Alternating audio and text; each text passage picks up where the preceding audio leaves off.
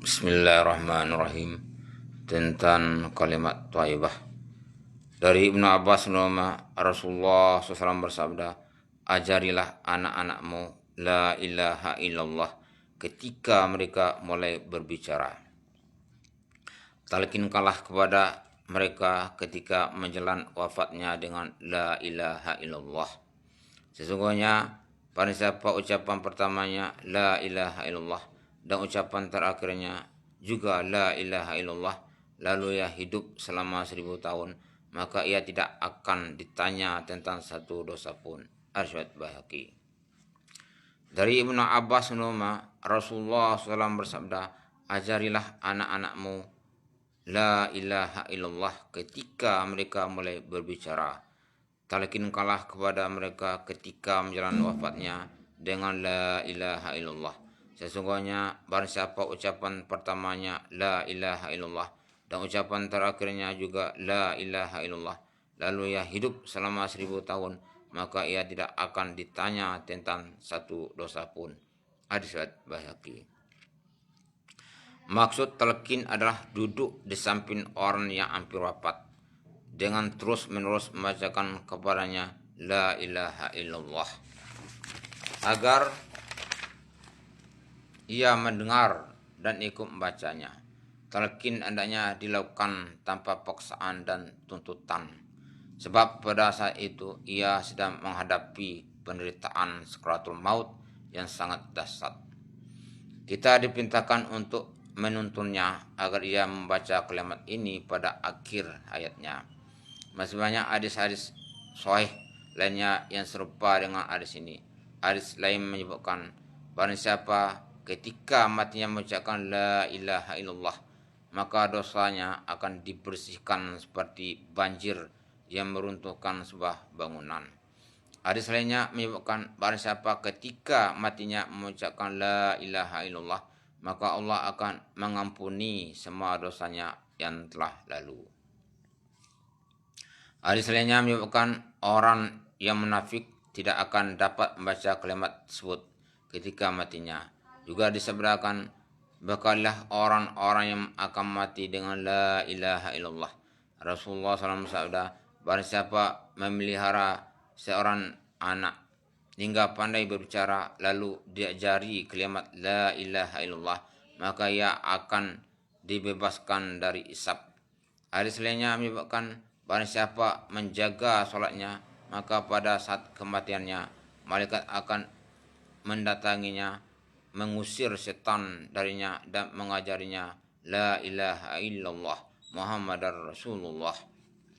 Banyak kejadian mengenai hal ini, bahwa mentalkin dengan kalimat thayyibah akan berguna bagi seseorang, yaitu bagi orang yang ketika hidupnya dunia banyak membaca la ilaha illallah. Dikisahkan tentang seorang yang biasa berdagang rumput kering. Menjelang wafatnya ia ditalkinkan kalimat la ilaha illallah oleh ahli keluarganya. Namun orang itu berkata, seikat rumput kering harganya sekian, seikat ini harganya sekian. Ia tidak dapat mengucapkan kalimat thayyibah. Selain kisah di atas, masih banyak riwayat serupa yang disebutkan di dalam kitab-kitab hadis.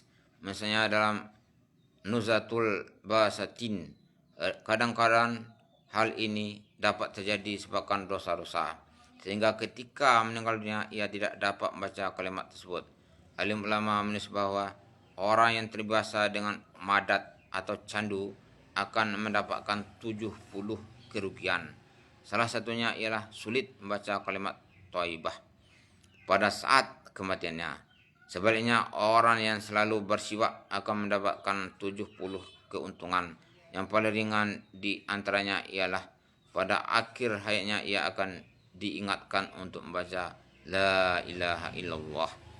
Dikisahkan tentang seorang yang menjelang matinya telah diajari kalimat thayyibah, lalu ia berkata, doakanlah aku agar lancar, karena aku tidak dapat mengucapkan kalimat itu.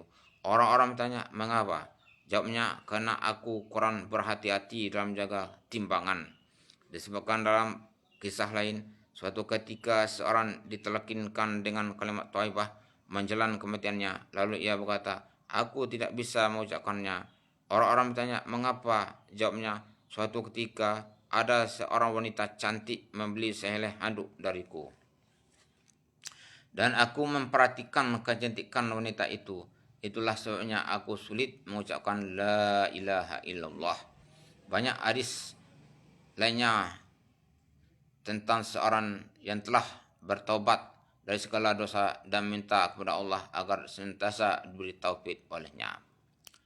Dari Ummu Ani radhiyallahu Rasulullah SAW bersabda, la ilaha illallah tidak dapat ditandingi oleh amal apapun, dan kalimat itu tidak akan meninggalkan dosa sedikit pun. Hadis Ibnu Majah. Dari Ummu Ani radhiyallahu Rasulullah SAW bersabda, la ilaha illallah tidak dapat ditandingi oleh amal apapun, dan kalimat ini tidak akan meninggalkan dosa sedikit pun. Hadis Ibnu Majah. Jelas bahwa amal apapun tidak akan dapat menyaingi kalimat la ilaha illallah. Amal apapun tanpa disertai kalimat ini tidak akan dikabulkan, baik itu sholat, puasa, haji, atau zakat. Jadi semua amalan memerlukan iman. Jika ada iman, semua amal akan diterima. Tanpa iman, amalan apapun tidak akan diterima. Sebab kalimat thayyibah adalah pernyataan keimanan. Ia tidak memerlukan amal apapun. Atas dasar itu, jika ada orang yang tidak memiliki amal soleh sedikit pun, tapi ia beriman, insya Allah ia akan masuk ke dalam surga. Sebaliknya, walaupun seorang itu banyak beramal, namun tanpa dasar keimanan, maka semua itu tidak akan mencukupinya. Selanjutnya disebutkan tidak akan meninggalkan dosa sedikit pun. Maksudnya adalah seseorang yang pada akhir hayatnya masuk Islam dan mengucapkan syahadat, maka semua dosanya ketika ia masih kafir akan diampuni. Jika sebelumnya ia telah mengucapkan kalimat itu menjadi muslim, lalu ia banyak berbuat dosa, maka maksud hadis di atas adalah bahwa kalimat itu akan membersihkan hatinya. Apalagi jika ia membaca kalimat itu sebanyak-banyaknya, sehingga hatinya tidak akan tenang tanpa bertaubat, sehingga pada akhir semuanya dosa-dosanya diampuni. Sebuah riwayat menyebutkan, barang siapa selalu membaca la ilaha illallah menjelang tidur dan bangun tidur, maka dunia dan akhirat akan selalu siap untuknya dan ia akan terselamat dari bencana. Namlah abang baca dan terangkan, mudah-mudahan diridhoi oleh Allah Ta'ala dan berkuasa untuk menyampaikan kepada yang lain. Amin.